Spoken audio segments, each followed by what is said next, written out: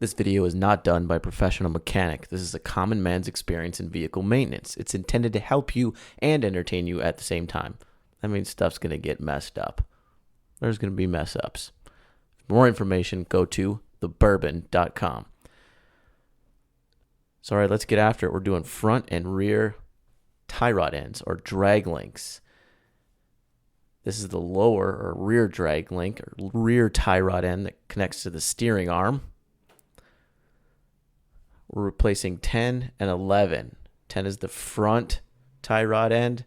11 is the rear tie rod end. 10 connects to the Pitman arm. 11 connects to the steering arm. You can order them from lmctruck.com or jegs.com, whatever you choose. And Moog is pretty much the dominating force out there in tie rod ends. The tools that you're going to need to complete this job are crescent wrench, tape measure, socket, of course your parts, some flat black spray paint, WD-40, simple green, a hammer, good old-fashioned S-Wing made in America hammer, screwdriver.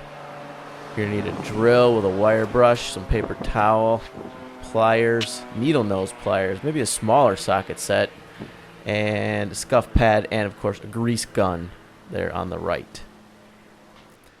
You can do this in your driveway. You don't need to take the front tires off. It might be easier, but you don't need to. Just park it, block the rear end so the tires do not move. I'm going to start with the front tie rod end. Take that little pin out. My pin actually, there's a cotter pin, if you will, in there. It broke right off. It was so rusted. But you're going to want to spray everything with WD-40 first. Kind of just loosens everything up. Go ahead and throw a socket on there if needed. Mine didn't need it. It was pretty much just hand loose, so you can just take the top bolt off of the front tie rod end. Voila. Now, here's some of the mess ups. This took me forever to get this pin out. You're coming in about halfway through it here, but I've been yanking on it for a while. Number one is you can't get the needle nose pliers onto it very well. As you can see, I've had to feed it in between the quad shocks to try to get it out, and it keeps slipping off like that. So I can't get a very good grip on it. I squeezed it, I pulled it. I don't know if it was just rusted in there a little bit or what, but I had a tough time getting this out. First major snafu. Helps sometimes if you squeeze the end. Finally just took two hands, put my foot on the tire, and leaned all my weight into it, and just leaned back on it, and bam, you fall on your butt.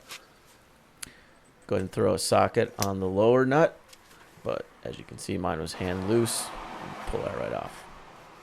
Alright, so now it's fully loose from the upper and lower. You can just tap the drag link right out of there. The thing in the middle is the adjustment sleeve, by the way.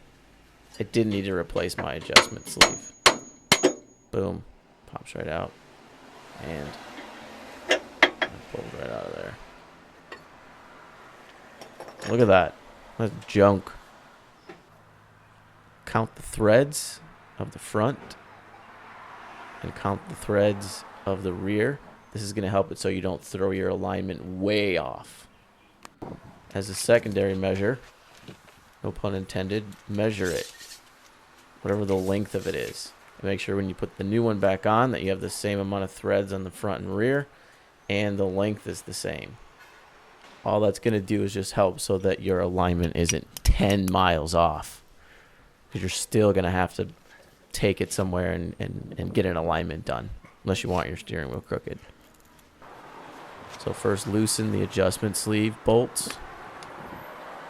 And again, my adjustment sleeve was in good shape, so I didn't replace it. You might want to replace yours depending on how rusty it is.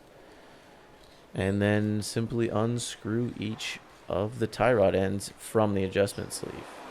It's opposite threads, by the way. Junk.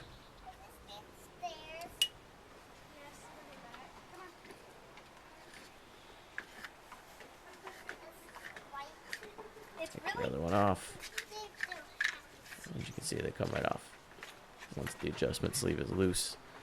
Now with the new tie rod ends, they come with a rubber boot. So first you're going to want to assemble that, slide that on the end. You don't got to get nuts on it. Okay, stop pushing on it. Okay, good to go. Now you're going to want to screw your new tie rod ends into your adjustment sleeve until your thread count matches. Yep, wrong way. Opposite threads. Left is tight, right is loose. Oh, too far. Gotta back it out. Remember, match your thread count from how it was on the old one and position it how the old one was. So the upper one, or front tie rod end, see? So count them. Count the rear ones, count the front threads.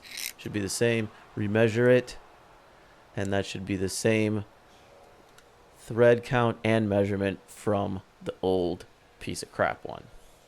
Again, let's see, thumbs up. That means good, I guess. Now you're going to want to go ahead and re-tighten your adjustment sleeve. It's just 2 bolts and a locking nut. I forgot which way they went on, so I had to reference my iPhone pictures. It's always good to take a picture of the old stuff, how it was on there.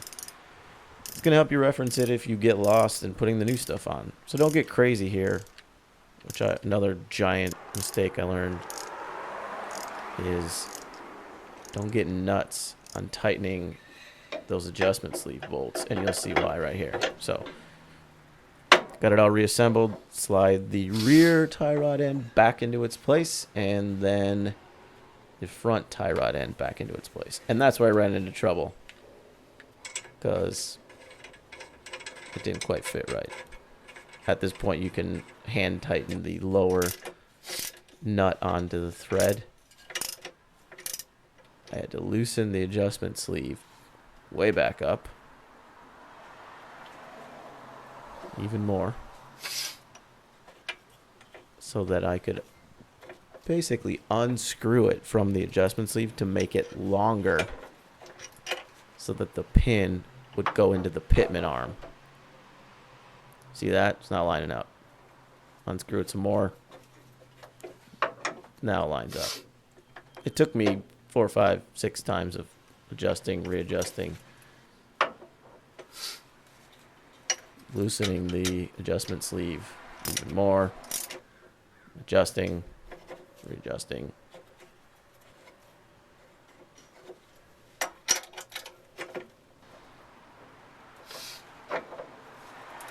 Swearing.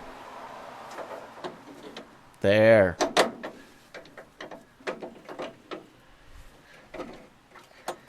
And you can just hand tighten that upper nut up back onto the Pitman arm.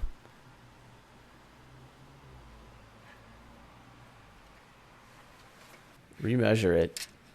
Again, you want to get it close to back to how the old one was. And because I had to adjust it to get that front pin up into the Pitman arm, it's way off. So just go back in and spin the adjustment sleeve, and that'll basically push each tie rod end away from one another and get your length back to where it was, or closer or farther, whichever one. Then you can tighten the top bolt into the Pitman arm to spec. Tighten the bottom bolt into the steering arm to spec. Again, you don't got to get crazy on these. Just look up in your owner's manual, if you still have it, of what this is supposed to be at. And you also have to get the gaps in the nut so that you can get your lock pin in there. So tighten these back up to spec. And by the way, when I had that off, I wire brushed it, the adjustment arm. I wire brushed it real nice and clean. So put the pin in the upper bolt. I like to pull it tight and bend it up around the top. Some guys like to bend it around the threads. I don't. I like to bend it up above that because this thing twists your Pitman arm, as you turn the wheel, it's going to twist. So it's best to bend that cotter pin up above the threads. This is your grease valve. It will come separate in the Moog new tie rod ends. So put the grease valve up in there. Don't get crazy on tightening these either. You can strip. This is really thin metal. You can strip it really easy. And then put the grease valve in the rear tie rod end. And as you can see, we put the pin in the rear bolt as well. All right, there you go. It's all done. Put back together. Get your grease gun out. This is looking from the bottom towards the upper or front tie rod end. So grease that one. When you grease it, it should just kind of squeeze out a little bit like that. Then you know you got it full. Or the rubber around it will kind of balloon out just a little bit. As soon as you see that, you know it's good. I also like to take the excess grease and cover up this bare metal.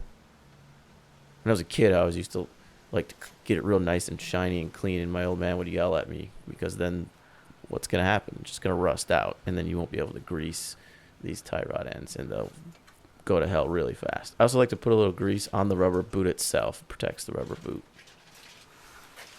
So there we go. Done.